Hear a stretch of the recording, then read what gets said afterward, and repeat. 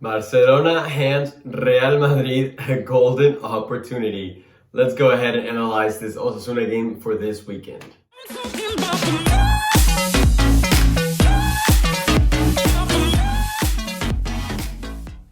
What's up, guys? Welcome back to it, Merengue Cule. There's only 5 games left in La Liga, and obviously our one for sure game in the Champions League, adding up to a total of 6 games left for this season. It is winding down, it is crazy, but it is the most hyped than ever before, so I am so excited for this. Let's start off talking about that Barcelona loss, a loss that I think no Madridista expected, especially after they went up 1-0 on Granada. And to see Granada come back and score 2 goals within the last couple minutes was just, it brought so much joy to me. I was so hyped. I was currently in school when that happened, and I could not believe it. I kept on checking my phone, kept on checking the notifications, and I was like, please, Granada, hold on to the lead.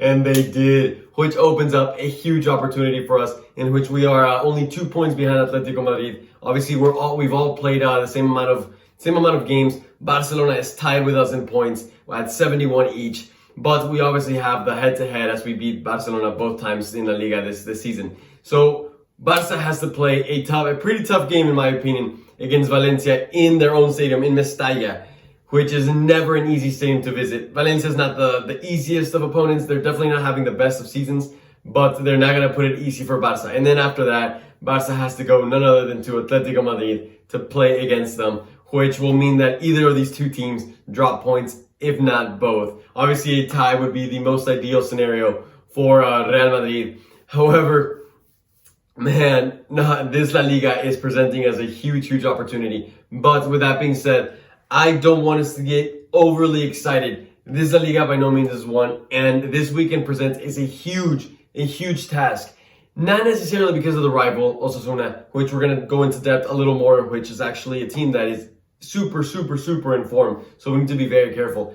But it is the fact that we are honestly heavily minded about the Champions League game, right? After the Chelsea game and before Barcelona had lost, we knew that our chances in La Liga were very slim, and so we were like, that's fine. This weekend we're just going to go out against Osasuna and play a full bench team. But now that this opportunity arises of, potentially being back into the La Liga race for the title, it brings up some questions. Maybe should we make as many changes in the lineup? I still think we're going to have a good amount of changes, but we're going to get to that lineup in a little bit. With that being said, what does this mean for La Liga? Let's talk a little more about Osasuna. As I already alluded to, they are on great form. In fact, they had not lost a game since March 6th, which was actually to Barcelona 2-0, up until this last weekend, where their undefeated streak finally came to an end, when Celta Vigo put that record to rest by beating them 2-1. They tied some games in that streak. They won some games. But like I said, overall, Osasuna kept a lot of clean sheets. So they're definitely a team that is not easy to necessarily beat down. The main players to watch from Osasuna are their the two striker partnership they have up there, which is Jonathan Caleri and Budimir. Now, both of these strikers are extremely tall, which makes one of their strengths the aerial threat. Something that Real Madrid is going to have to definitely be careful with, which we're going to talk a little more about the players that we have missing and the players that are available to us for this game in a couple minutes. And then the other strength that Osasuna have is that they're very good at creating scoring opportunities. They, on the other hand, they're not a good possession team. They've really struggled to hold possession, but with that being said, that makes them a very counter-attacking team that in any moment can put in a good cross for their two strikers to win up there. So going back to the fact that they're a team that really struggles with possession, it's going to be crucial for us to make the most out of the possessions that we are given, because usually teams that don't hold on to possession in the ball as much tend to retract a little more and defend in their own box, which is a scenario that presents us very difficult for Madrid, at least in the past couple months and seasons. So we need to be very clinical with our possession and very clinical with our chances overall. A lot of vertical passes, none of that horizontal passing, because that is meaningless possession. So with that being said, let's talk a little more about Real Madrid and the players that we're going to be having available and missing. Zidane, in his press conference, alluded to the fact that Ramos was going to be available for this game. However, he was not in the squad list, which honestly to me really messed up my lineup because I really wanted to give Ramos the start, see if he was potentially going to be game fit for Chelsea. And now that he's not going to be here for this game, well, we obviously can't throw them in there, and there's no way that we can throw him into the Chelsea game after coming back from months of injury. So that kind of kills that opportunity there, and at the same time, it kills the opportunity to rest some players in the defense.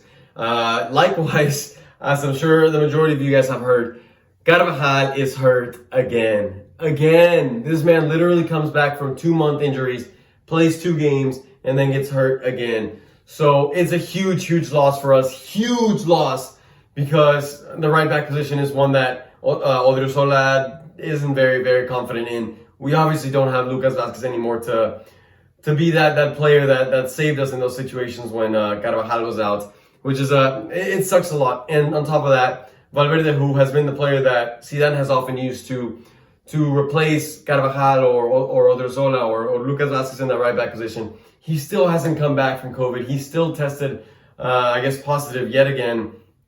So we're waiting for that final negative test. He should be ready for Chelsea, but it really sucks not being able to get him going and get him at least one game before coming up against Chelsea. So that's a very unprecedented opportunity. And adding on to bad news, Mendy is still not back. So we're still missing that trio of players that we wanted to get back for the Chelsea game. So they're not going to be able to get some minutes under their belt prior to that game. With that being said, let's jump on to the starting lineup, my predicted starting lineup. I think this one we're going to go with a 4-3-3 formation. Courtois is going to go in goal. I mean, I don't think he really requires a lot of rest. You know, he's a goalie, comes up huge for us. It sucks that Lunin isn't going to get much playing time this season, but it is what it is. Right back position is going to have to go Odriozola. There's no one else that can cover him. I mean, best of luck to him. I think he can hopefully do something good. Center back positions, Varane and Militao. And that is because Nacho's going to be on that left back position. After seeing Marcelo's game against Chelsea, I don't want to see him play again this season, honestly. It's so sad because he's a player that I love. Legend to Madrid. But he just can't do it anymore. He can't do it. He's too slow, and he doesn't even provide much in offense anymore. So, Marcelo, I'm really sorry, man. You're just that's gonna be basically the end of your career with Madrid. So, Nacho, the left back position. The 3 center mids, Modric and Toni Kroos, must be rested. They will not be starting today, or tomorrow, I should say. However, Casemiro is a player that he's indispensable to us. He's indispensable. We have no one that can potentially replace Casemiro. So he's going to have to force himself another game and more minutes under his legs. Hopefully, maybe if we have a good lead, we can take him out and give him some rest. But I personally don't see that happening. He's going to have to play all 90 minutes probably, which sucks. But alongside Casemiro, we're going to have Blanco, who I really want to keep seeing him develop. He's had some pretty good minutes already, pretty good 2 games with Madrid. So hopefully he can keep doing good. Honestly, every time he comes out there, I feel pretty safe. I feel pretty solid whenever he gets the ball. He doesn't seem to be nervous or anything, so that's good. And then alongside him is going to have to be Isco, unfortunately. You know, guys, you guys know how I feel about Isco, but there really isn't anyone else that can play in his position. I mean, maybe putting Arribas in there, but I wouldn't really feel too safe having 2 Castilla players alongside Casemiro. So I'll just put Isco in there for the moment. And then up top is where it gets interesting because I think this is the perfect time to play Eden Hazard. One, we're trying to rest players. We're trying to rest Vinicius Jr., who's played a lot of minutes. And Hazard is on the other side where he hasn't played enough minutes. He needs to start getting more minutes under his legs to feel more confidence. And this presents us a perfect opportunity. Osasuna is a team that's going to sit back and try to counter us. And in those type of games, Vinicius Jr. is never effective. So this is the perfect time to throw in Hazard, who has a lot more ball control. He can give us he has the vision to give us, penetrating passes, sneak those passes into an oncoming striker. So, like I said, perfect chance to see what Hazard can bring to us. See if he can potentially get some more minutes against Chelsea. Give us more of an idea. Alongside Hazard, I'm gonna put Rodrigo in the right wing position. It's either him or Asensio. Personally, I'm gonna give it to Rodrigo.